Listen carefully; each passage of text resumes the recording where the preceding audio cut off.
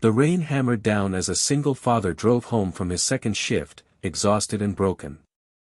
Then he saw her, a dying female cop abandoned on the roadside.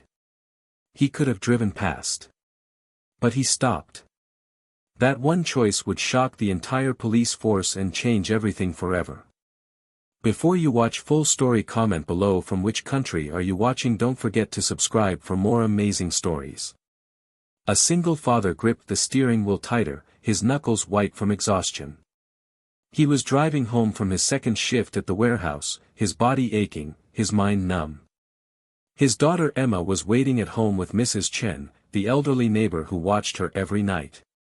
He had promised to be home by 10, but it was already past 11. The road was empty. Dark. The kind of darkness that swallows hope. That's when he saw her. A figure lying on the side of the road, rain pouring over her motionless body. For a split second, he thought about driving past. He was tired. So tired. But something made him stop. Something in his chest pulled tight.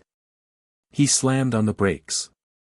James Turner stepped out into the freezing rain. His shoes sank into the mud as he ran toward the figure. When he got closer, his heart stopped. It was a woman in a police uniform. Blood covered her face, mixing with the rain. Her eyes were half open, struggling to focus. "Ma'am? Ma'am, can you hear me?" James dropped to his knees beside her, his hands shaking. She tried to speak, but only a weak whisper came out. "Help, my partner, they left me." James pulled out his phone and dialed 911, his fingers fumbling. "I need an ambulance right now. There's an officer down on Route 47, near the old mill. She's badly hurt. Please hurry." The dispatcher's voice crackled through. "Sir, stay with her. Help is on the way." But James could see it in her eyes. She didn't have much time. He took off his jacket and pressed it against the wound on her side. Blood soaked through immediately. "Stay with me," he whispered. "Please stay with me. Help is coming." Her hand grabbed his wrist with surprising strength. "My daughter. Lily, she's only 7, please." "Don't talk like that," James said, his voice breaking. "You're going to see her again. I promise you." But even as he said it, he saw his own daughter's face in his mind. Emma. His whole world. He understood this woman's fear because he lived with it every single day. The ambulance sirens wailed in the distance. The woman's grip on his wrist weakened. "Stay awake," James begged, tears mixing with rain on his face. "Think about Lily. Think about holding her again." Her eyes found his, and for a moment, they were clear. "Thank you," she breathed. "Thank you for stopping." The paramedics arrived and took over. They worked quickly, efficiently, loading her onto the stretcher. James stood in the rain, covered in her blood, watching them drive away. He didn't even know her name. He should have gone home. Emma was waiting. But something kept him rooted to that spot. Something he couldn't explain. Finally, he got back in his car and drove to Memorial Hospital. He walked into the emergency room, still covered in blood and mud. The nurse at the desk looked up with alarm. "I brought in the police officer," James said quietly. "I just want to know if she's okay." The nurse's expression softened. "Are you family?" "No. I found her." "Take a seat. I'll see what I can find out." James sat in the hard plastic chair, his head in his hands. He thought about Emma, waiting at home. He should call Mrs. Chen, let her know he'd be late. But he couldn't move. Not yet. 20 minutes passed. 30. Then a doctor came out, looking exhausted. "Are you the man who found Officer Sarah Mitchell?" James stood up. "Yes." "Is she?" "She's alive." "Barely. She lost a lot of blood." If you hadn't stopped when you did, she wouldn't have made it. The doctor studied him. You saved her life. James felt his knees go weak. Can I see her? She's in surgery now. It'll be hours. But there's someone here who wants to meet you. A small girl appeared from behind the doctor's coat. She had Sarah's eyes. Lily. An older woman stood beside her, hand on the girl's shoulder. I'm Sarah's mother, Margaret. This is Lily. The woman's eyes were red from crying. Thank you for saving my daughter. Thank you for bringing her back to us. James knelt down to Lily's level. The little girl looked at him with those big, scared eyes. Is my mommy going to be okay? She asked in a tiny voice. James thought of Emma. He thought of all the nights he'd held her when she asked about her mother, who had left them 2 years ago. He knew what this little girl was feeling. Your mommy is the bravest person I've ever met, James said softly. And she fought so hard to come back to you. The doctors are taking good care of her. Lily threw her arms around his neck and sobbed. James held her, this stranger's child, and felt something crack open inside his chest. 3 days later, James received a call from Detective Raymond Cole. Mr. Turner, I need to speak with you about the night you found Officer Mitchell. Can you come down to the station? James arranged for Mrs. Chen to pick up Emma from school, and he went to the police station. Detective Cole was a big man with tired eyes and a firm handshake. Tell me everything about that night, Cole said, pulling out a notepad. James went through it all.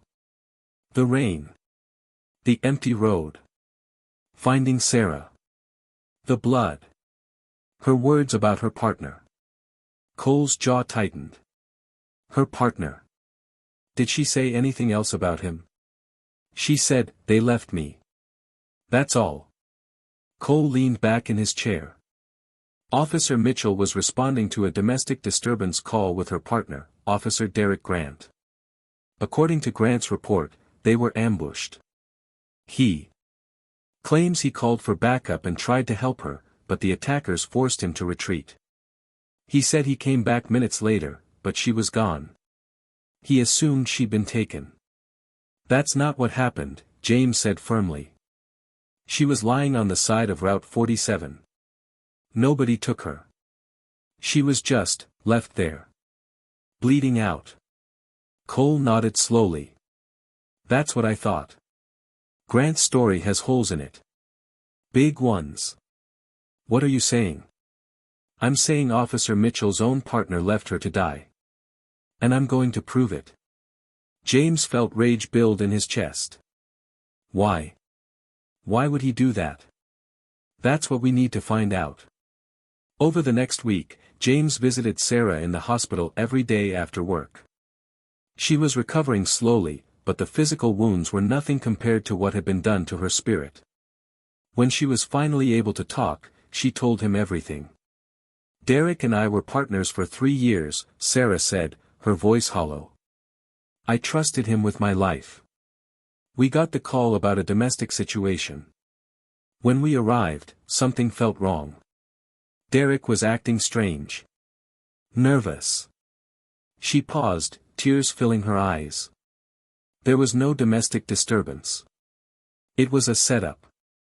2 men were waiting. They attacked us, but Derek, he didn't fight back. He just watched. One of them hit me with something, and I went down. I heard Derek talking to them, but I couldn't make out the words. Then they left. All of them. Including Derek. James felt sick. He was in on it. I don't know why. I don't know what I did to make him hate me that much. But he left me there to die, James. My own partner. James took her hand. We're going to make this right. I promise you.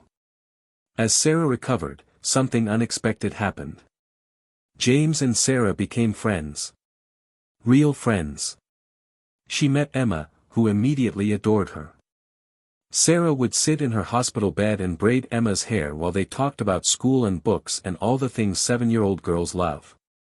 Lily and Emma became inseparable, two little girls who understood what it meant to have only one parent. James learned that Sarah's husband had died in a car accident 3 years ago. She'd thrown herself into police work, trying to provide for Lily, trying to be both mother and father. Just like James. "I was so angry when Emma's mom left," James admitted one evening, sitting beside Sarah's bed while the girls played in the hallway. "I didn't think I could do it alone. Be everything Emma needed." "But you did," Sarah said. "Look at her. She's happy. She's loved. That's all that matters. Some days I don't feel like enough." Sarah smiled. "That's the thing about being a parent. We're never enough. But we keep trying anyway. That's what makes us enough." Margaret, Sarah's mother, pulled James aside one day. "You didn't have to do all this," she said, gesturing to the balloons and toys he'd brought for Lily. "You saved Sarah's life. That was enough." "I didn't stop for a reward," James said. "I stopped because it was right. And now they're part of my life. Sarah and Lily. I can't just walk away." "You're a good man, James Turner." He thought about that. He'd never felt particularly good. Just tired. Just trying to survive each day. But maybe that was enough. Maybe survival was its own kind of bravery. Detective Cole called James to the station again. This time, Sarah was with him, freshly released from the hospital and determined to get answers. "We've been investigating Derek Grant," Cole said, spreading files across his desk. "And we found something. Grant's been taking payments from Vincent Moretti." Sarah's face went pale. "The drug dealer?" "The same. Moretti runs half the illegal operations in this city. We've been trying to nail him for years, but he's careful. Too careful. Until now." Cole pulled out a photo. It showed Derek Grant shaking hands with a man in an expensive suit. Moretti. Grant's been on Moretti's payroll for 18 months. Feeding him information about raids, investigations, witness protection locations. "Sarah, you were getting close to exposing one of Moretti's operations. You'd been building a case." Sarah's hands shook.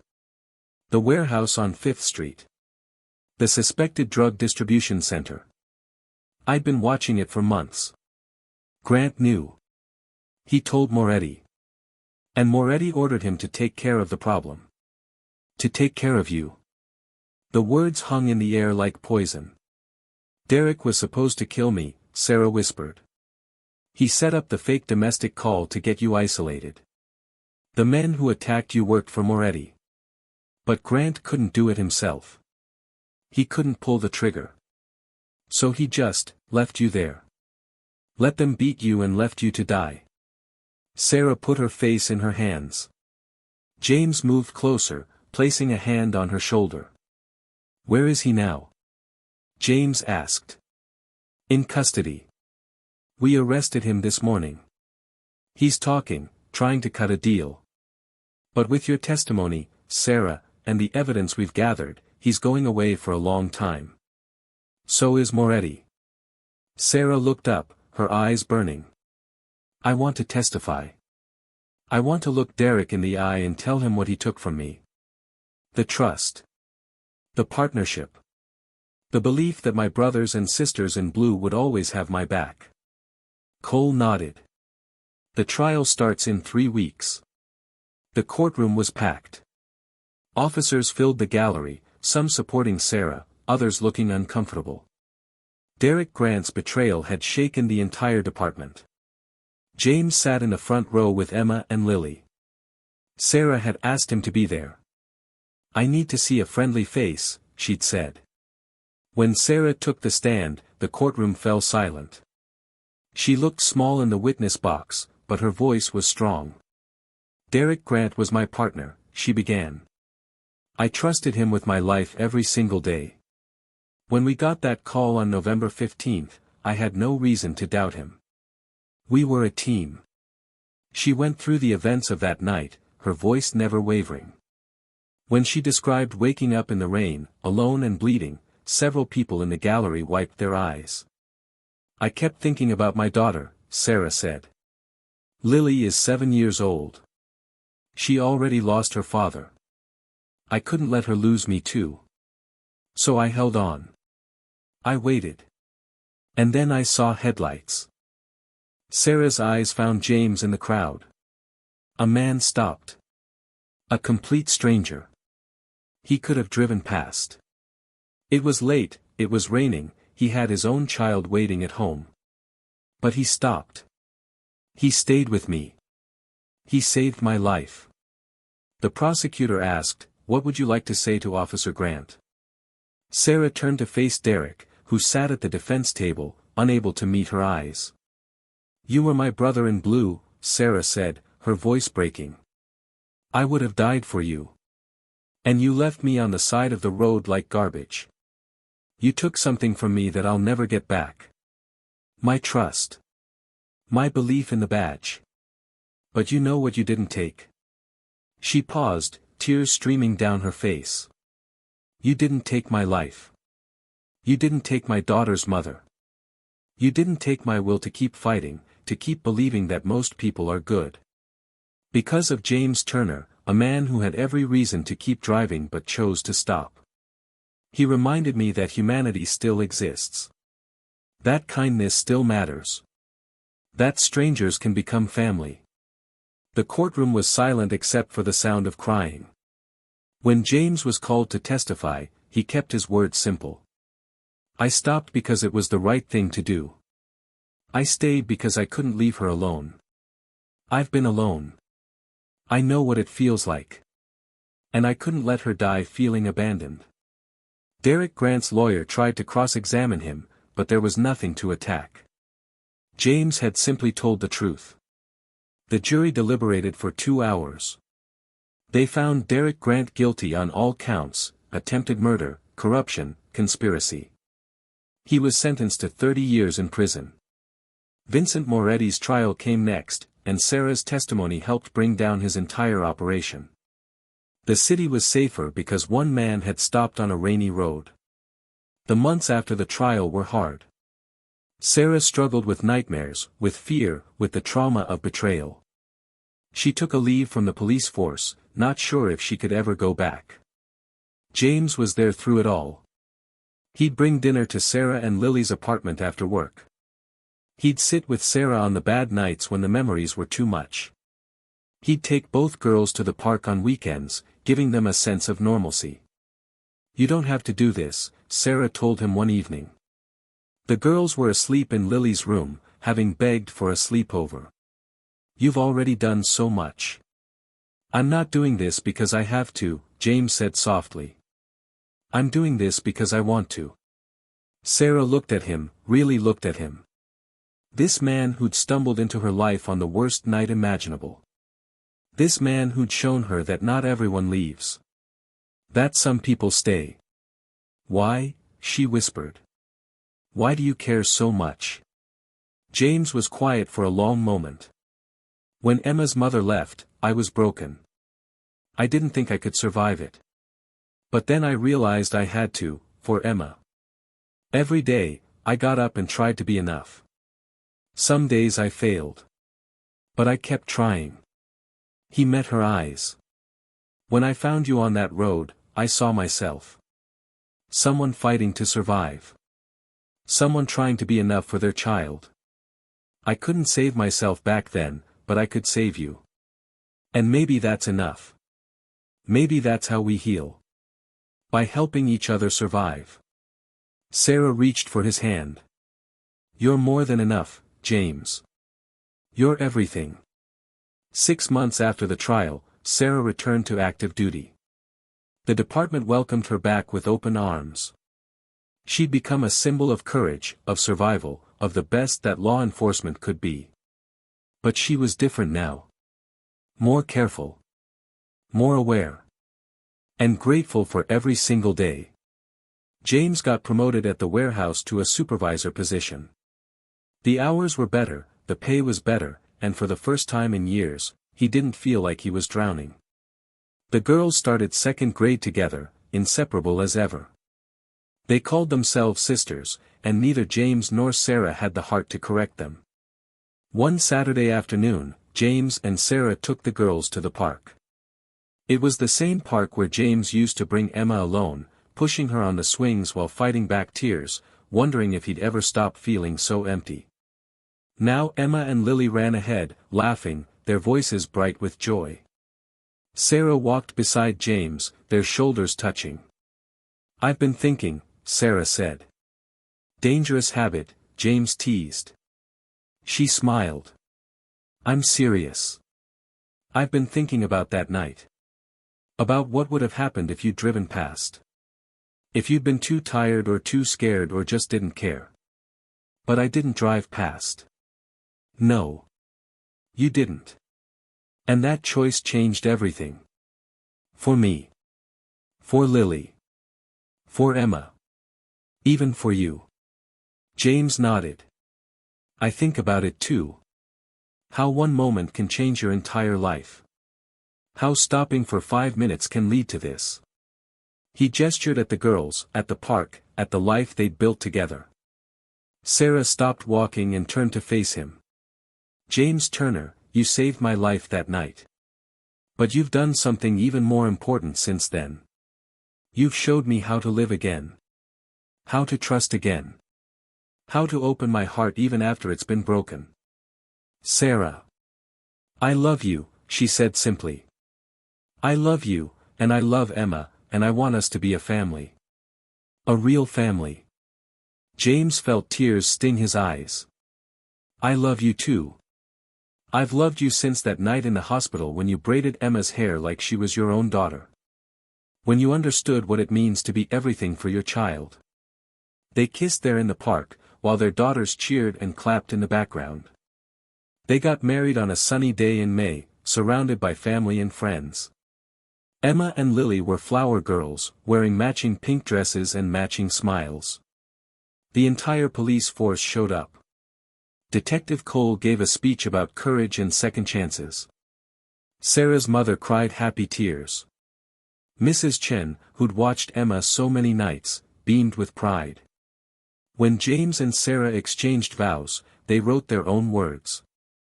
"I promise to never leave you on the side of the road," James said, his voice thick with emotion. "I promise to stop, to stay, to fight for you every single day. I promise to trust again," Sarah said.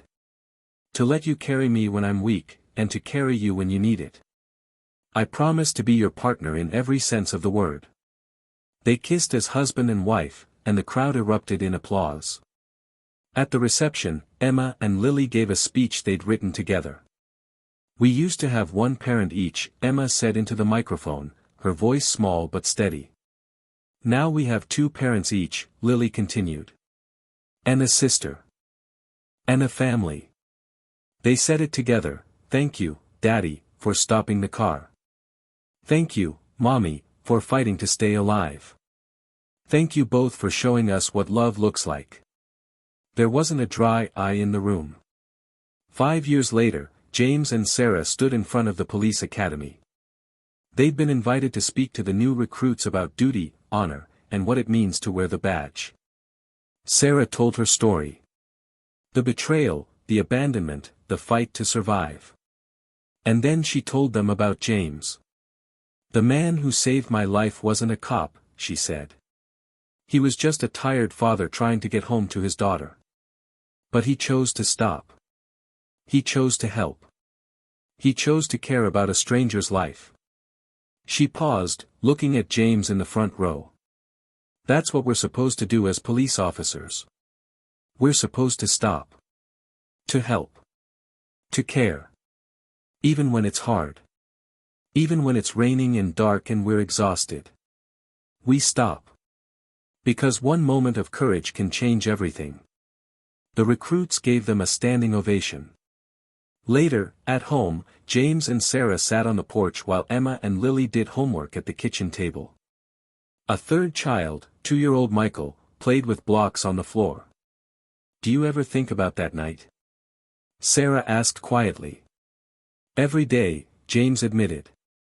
I think about how close I came to driving past. How tired I was. How easy it would have been to just go home. But you didn't. No. I didn't.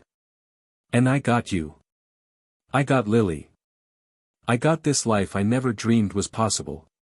Sarah leaned her head on his shoulder. You know what I think? I think you didn't just save my life that night. You saved your own too. You were drowning, James. Working yourself to death, feeling like you weren't enough. But when you stopped, when you chose to help me, you reminded yourself that you're capable of extraordinary things. That you matter. That your choices have power. James thought about that. She was right. Before that night, he'd been going through the motions, surviving but not living. Now he was truly alive. We saved each other, he said softly. We did. Inside, they heard Emma and Lily laughing about something.